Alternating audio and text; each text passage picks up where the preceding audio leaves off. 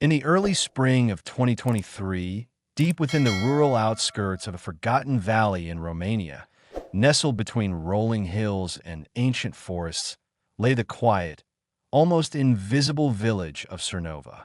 The village was home to barely 300 people farmers, shepherds, blacksmiths, and craftsmen, most of whom had never seen a smartphone, much less heard of Tesla or SpaceX. The place had a timeless charm cobblestone paths, wooden homes with flower-filled windowsills, and a church bell that tolled every evening, calling the village to silence as the sun dipped beneath the horizon. Life in Cernova hadn't changed in decades. The villagers lived simply, harvesting honey, milking cows, and weaving blankets as their ancestors had done for centuries. So when a stranger arrived in the middle of the night, alone, unannounced, and very much out of place, it didn't just cause a stir. It shook the soul of the village. The man wasn't wearing anything unusual, just a black hoodie, jeans, and dusty boots. But there was something unmistakably odd about him. He had a look in his eyes that said he had seen things the villagers couldn't even imagine. He arrived without a car, without a horse, without luggage. No one saw him come. He was just there one morning, sitting silently on a bench near the well, watching the fog lift over the hills. Old Mihai, the village's unofficial mayor and keeper of local stories, was the first to approach him. Mihai, who hadn't left Cernova since 1972, squinted at the man and asked simply, "Where are you from?" The man smiled, stood up, and extended his hand. "Call me Elon," he said. At first, no one believed he was that Elon. The villagers had heard whispers, mostly from the younger ones who had occasionally visited relatives in Cluj or Bucharest, of a man building electric rockets and cars. But those were tales from another universe, far removed from their Earth-Anhe reality. The stranger asked for nothing but a quiet place to stay. He offered to sleep in a barn, eat whatever the villagers ate, and help with whatever needed doing. Mihai, curious but cautious, allowed him to stay in an old guest house that hadn't been used in years. It had no electricity, no running water, and no insulation. Elon didn't mind. That first week, he didn't talk much. He helped carry hay, fed the chickens, repaired a broken windmill, and even assisted the village carpenter in building a new wooden fence.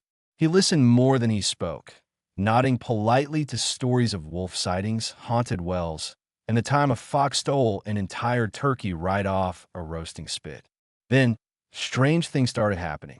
On the 8th day, the village's ancient power generator, an unreliable, rattling monster older than half the villagers, broke down completely. Everyone prepared for darkness. But that same night, lights returned. No one knew how, but the power was stronger and steadier than it had ever been. When Mihai confronted Elon about it, he merely said, "I made a few adjustments." The generator was just misunderstood. A week later, the village's well, which had been yielding increasingly muddy water, suddenly began producing crystal clear liquid. Some thought it was a miracle.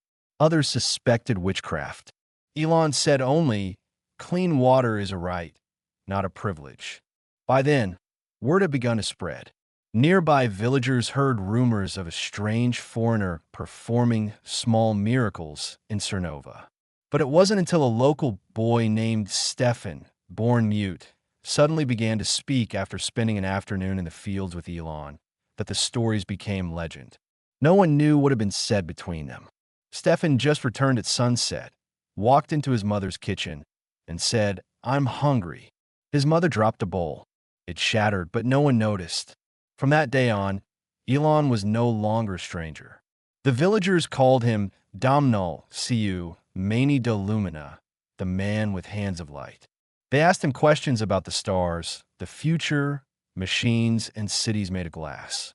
He answered with humility, explaining that he wasn't a wizard or a prophet, just a man who believed that we were capable of more. One evening, under a full moon, Mihai invited him to the village square. Children gathered with handmade instruments. Women baked bread filled with herbs, and a fire was lit. It was a festival held once every 5 years, known as Noaptia Intellectualer, the Night of the Wise. Elon sat quietly, watching the flames, until Mihai offered him a small wooden box. Inside was an old medal, once belonging to Mihai's grandfather, given for bravery in the Great War. "You've earned a place here," Mihai said. "Whatever your name truly means elsewhere, here, you're one of us." Elon looked at the medal, then at the faces around the fire. He smiled, not his usual polite smile, but one filled with something deeper, gratitude, perhaps even peace.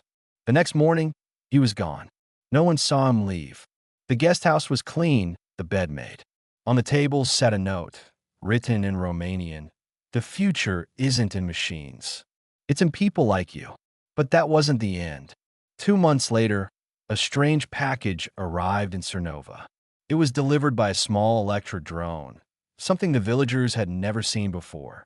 Inside was a sleek tablet, preloaded with educational tools, weather software, agricultural guidance, and communication apps in Romanian.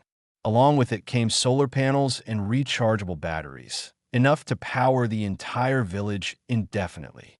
There was no sender name, just a small logo on the corner, a falcon rising toward the stars. Since then, Cernova changed, but not in the way cities change. They kept their wooden houses, their cows, their traditions. But the children now learned to code next to the fireplace. Farmers tracked weather patterns with precision. They held on to the past, but quietly built a bridge to the future.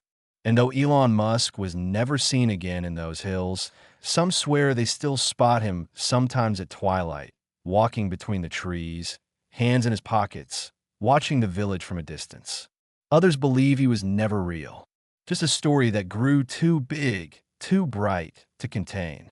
But Mihai, now 84, still keeps the metal box by his bed. And on clear nights, he looks up at the stars and smiles. Because he knows. He knows the man with hands of light was real. And he changed everything. As the seasons rolled on, the village of Cernova settled back into its rhythm. Morning roosters, evening church bells, the buzz of bees in summer, and the crisp silence of snow in winter. But something had changed, quietly but permanently, in the hearts of the people. They had touched the future, not in flashing lights or giant machines, but in a man who had listened, helped, and then disappeared. 3 months after Elon Musk's departure, strange men in suits arrived in Cernova. They weren't like Elon. These men wore earpieces, carried clipboards, and spoke Romanian with heavy foreign accents. They asked many questions about the guest house, the power generator, the well, the boy who spoke. The villagers, bound by a quiet loyalty, gave them nothing. One of the men approached Mihai, waving an official-looking ID. "We believe Mr. Musk may have left behind some sensitive equipment," he said. Mihai stared at him without blinking. "He left behind something more powerful than your machines," he replied. "He left behind hope." The men stayed for 2 days, searching with scanners and instruments. They found nothing. No trace of advanced technology, no hidden devices, only handmade tools, woven rugs, and fresh goat cheese. Frustrated and confused, they left as quietly as they had come. But deep in the forest, beyond the moss-covered stones and winding deer paths, young Stefan had discovered something he hadn't told anyone about. It was the day after Elon left, and Stefan had gone to the clearing where they had once sat together. There, half buried in the earth, was a smooth black stone unlike anything he had ever seen. It hummed faintly when touched and was warm, even in the cold morning air. He took it home and hid it under a floorboard, unsure what it was. Some nights, it glowed softly like a coal without fire. He didn't tell his mother. He didn't tell the priest. Only his sister Anna knew, and they made a promise: never show it to anyone. Meanwhile, the tablet Elon had left became the village's most prized possession. Though only one, it was shared in shifts, children in the morning, adults in the evening. They took notes by candlelight, taught each other what they learned, and soon, Even Mihai could navigate satellite maps and read weather models. They never connected to the internet. There was no connection that deep in the mountains, but it didn't matter. Everything they needed was already inside. Then, one day in mid-October, something happened that shook the village again. A helicopter, not a military one, nor medical. Sleek, silent, black, with no visible markings. It appeared at dawn, hovering above the pasture near the eastern ridge, and gently lowered a crate before vanishing into the clouds. No one had ever seen such a machine before. No noise, no wind, just presence, then absence. Inside the crate was a message written in Romanian. You've taken a first step. This is the second. Use it wisely. Beneath it, 5 more tablets. A small server box. A manual power unit, foldable and solar-fed. And one device no one could identify, sleek, round, glass on one side, metal on the other. When Mihai touched it, it projected a hologram of a globe spinning in midair with markers and glowing points. He turned it off quickly and locked it in the church, unsure what it meant. That winter, they built a small schoolhouse, heated with the power from Elon solar panels. They called it Casa de Lumina, the House of Light. It was no larger than a barn, but it became the heart of the village. Children from neighboring hamlets began arriving with their families, drawn by stories of the miracle school in the mountains. And the villagers taught them, not just reading and writing, but also coding, agriculture, clean energy, and storytelling. They told them about the man named Elon who walked among them, worked beside them, and left behind not money, not fame, but the belief that they could change their world without leaving it behind. The government eventually caught wind of the changes. Officials arrived, this time more polite, less intrusive. They offered to install internet lines, send educators, even build roads. Mihai thanked them but declined. We're not against the world, he said, but we're not waiting for it either. News of Cernova spread quietly across Europe. Journalists tried to enter, but the villagers protected their peace. Photos were rare. Most who came looking for technology found something far stranger. A community thriving on knowledge, humility, and discipline. A place where the future wasn't a threat, but a gift, slowly unwrapped. As for Elon, there were only whispers. One shepherd claimed he saw him standing on the edge of a cliff one morning, gazing into the sunrise. A child swore he saw him talking to an owl beneath the old sycamore tree. And Mihai, on his final day before passing peacefully in his sleep, reportedly smiled, looked out the window, and said he came back last night, just for a moment. No one ever proved it. But when Anna, now grown and a teacher in the House of Light, finally unearthed the glowing stone hidden beneath their old floorboards, it pulsed with new life. When she placed it into a small cradle built by one of the tablet schematics, it lit up the room with a map of stars, of systems, of destinations far beyond Earth. No instructions, no explanation, just a single word on the screen. Continue. And so they did. In the quiet hills of Romania, in a place forgotten by time, the future took root, not in the roar of engines or the glare of screens, but in the minds of children, in the hands of farmers, in the hearts of a people who had once lived only by the rhythm of seasons, now moving to the rhythm of stars. Elon Musk had come and gone, but he had left something behind, and the world would never be the same. Years passed. The village of Cernova, once unknown to the world, became a whispered legend among travelers, engineers, and even professors in Europe and beyond. But it was never placed on maps. GPS signals flickered and failed when one got too close. Some believed the village had installed sophisticated signal jammers. Others said the place had slipped into a different kind of existence, somewhere between the old world and the new, between the past and the possible. Anna, now in her early 30s, had become the village's quiet leader, not by title or election, just by presence. She was calm, confident, and fluent in both tradition and technology. Under her guidance, the House of Light expanded. They added new rooms, a wind-powered library, and a garden irrigated by underground systems guided by AI weather predictions, still functioning from the server Elon left behind. But it wasn't just about machines. Cernova never lost its soul. They still sang songs in the evenings, still held hands during storms, still danced in circles around the maple. But now, after the music stopped, the children would rush back to the glowing screens to simulate weather patterns, practice languages, and tinker with machines that no one else in the region could understand. Then, one bitter January, something happened that no one expected. A storm came, not snow, not wind, but something else. It was silent. The skies above turned a bruised violet, and the air felt charged with something unnatural. Birds fled, the animals hid, and for exactly 7 minutes, all of Cernova's systems went dark. The solar panels blinked off. The tablets refused to power on. The projector stone in the chapel shut down with a soft sigh, as if falling asleep. Even the air felt heavier. And then a light. From the forest, just beyond the farthest pine trees, a beam of pale blue light shot straight into the sky. Not loud, not explosive, just steady. Anna, with a wool shawl wrapped tightly around her shoulders, followed the light.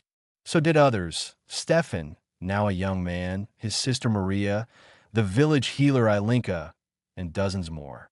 In silence, they moved through the snow, guided by a light that pulsed softly with every step. At the heart of the clearing, the source revealed itself. A smooth, vertical stone pillar about 7 feet tall, faintly glowing, partially buried in frost-covered soil. No one had ever seen it before, and yet, somehow, everyone felt like it had always been there. Inscribed on its surface were symbols, not letters, not numbers, but shapes, patterns, geometries that pulsed faintly when touched. As Anna placed her hand upon it, a low hum filled the air, and then a voice, clear and gentle, spoke, not from the pillar, but from the air itself. "You are ready." The light intensified, but not blindingly so. It was warm, enveloping, and in that moment, every villager felt something stir inside them. Memories, visions, callings they couldn't describe. Some saw stars. Others saw wheat fields stretching beyond sight. One woman, a widow, later said she saw her husband smiling in a room made of light. Then, as quickly as it had come, the light vanished. The storm lifted. The systems blinked back on, but the pillar remained, humming quietly. They called it the beacon. After that night, more changes came, not with fanfare or force, but quietly, naturally. Children began solving problems faster than their teachers could explain them. Old recipes were enhanced with new agricultural techniques, yielding crops in half the time with twice the nutrients. They built devices no one taught them how to build, tools for healing, tools for learning, even tools for music that played melodies never heard before. And then the dreams began. Several villagers, some young, some old, reported dreams so vivid they felt like memories. Dreams of cities floating above oceans, of vast greenhouses on Mars, of machines made of sound and light. Dreams where they stood beside Elon, not the man who arrived in boots and a hoodie, but a younger version, smiling and pointing to stars on a glass map. In one such dream, Anna saw Elon in a white room, speaking not to her, but to a crowd of people she couldn't see. They were the proof, he said, that even in the most forgotten corners, even without resources, progress can take root. Not through force, through inspiration. One morning, years later, a young girl named Emilia, barely 5, climbed to the top of the hill overlooking Cernova and pointed to the sky. "Mama," she said, "the ships are coming." No one else saw anything. Just clouds, birds, the golden morning sun. But Anna smiled. She believed her. And indeed, one night, not long after, the stars above Cernova shimmered in an odd pattern. 3 lights moved in perfect unison, not satellites, not planes. They hovered for a moment, directly above the forest clearing where the beacon stood, then blinked out one by one. By then, no one questioned such things. The world outside Cernova had begun to change as well. Stories leaked.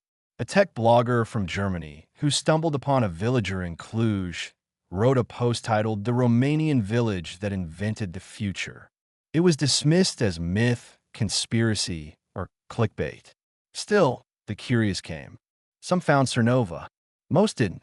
The ones who did were welcomed, but only if they left behind arrogance, weapons, and greed. Cernova's only rule was simple: give more than you take. In time, other villages across the world began to whisper of their own visitors. Men and women who appeared with no warning, who fixed things, taught children, and then vanished. Whether it was a coordinated effort or something else entirely, no one could say. But the villagers of Cernova never doubted. They knew Elon Musk had been just the beginning. He came not to escape the world, but to plant a seed in the quietest soil he could find. And from that seed, the future grew, not with noise, not with pride, but with wisdom, light, and the voices of those once forgotten. Even now, if you listen closely on the wind-blown paths of Cernova, you might hear a whisper, not of rockets, but of a man walking with quiet steps, smiling at the stars. It wasn't that time stood still, wrinkles still came, roofs still needed mending, and snow still fell heavy in February. But there was a vitality, a sense of something alive in the air. Cernova no longer belonged only to Romania, nor to the present. It became something else, a bridge between what was and what could be. And every year, on the exact date Elon Musk had first arrived, the villagers held a quiet gathering in the forest clearing around the beacon. No speeches, no ceremonies, just silence, reflection, and a tradition they called the listening. Each villager, one at a time, would place a hand on the beacon and whisper a single sentence. A hope, a promise, a question. And sometimes, though no one ever knew exactly when, the beacon would answer. Not in words, but in subtle ways. A glow, a shift in temperature. Once it even played music, soft, melodic tones that none of them had ever heard before, but all felt familiar, like lullabies from a place they had never been but always longed for. One summer, Stefan, who had grown into a tall, quiet man with eyes full of stars, stood before the beacon and said, "I want to see where he came from." That night, the projector stone flickered to life on its own. It displayed a planet, not Earth. A dry, red world with deep valleys and pale skies. It was Mars, and etched across its surface was a glowing line, stretching from one pole to the other, as if something had already been built there. Rumors began again, this time not about Cernova, but about what Elon had been preparing the world for. Old interviews, long forgotten, were unearthed. A podcast clip resurfaced. Elon talking about the importance of small communities, of resilience, of teaching children how to solve problems without needing permission. People began to connect dots. A French journalist published a viral expose titled, "The Cernova Protocol." Was Elon Musk training humanity for something greater? It theorized that Musk had been quietly identifying places across the globe, villages, towns, even slums, where future-ready societies could be incubated far from corporate interference or media noise. Cernova, he argued, was the prototype. Governments began asking questions. Was there a network? Was there hidden technology? Was Cernova dangerous? Agents came again, not with violence, but with curiosity laced in paranoia. They offered money. They offered partnerships. They offered protection. Anna met them at the old guest house, seated at the same table where Elon once ate stew and sipped plum brandy. "We have everything we need," she told them, "and nothing you can steal." They left empty-handed. But Cernova was no longer alone. Over time, messages began to appear on the tablet server, coded, buried in deep file layers. Villages from Chile, from Nepal, from Ghana, all sharing stories of visitors, of strange machines, of sudden surges in knowledge among the children. They didn't ask for help, they offered it. The world was changing, not through the cities, but from its quietest corners. And then came the day of light. No one in Cernova knew exactly what triggered it. It was early spring. The snow had melted. Bees had returned. Children were playing by the river when the beacon pulsed 3 times and sent a column of pure white light into the sky. Across the world, similar lights appeared, dozens of them. Not destruction, not invasion, just illumination. Satellites lost their feeds. Power grids surged and steadied. For 12 minutes, the entire world stood still.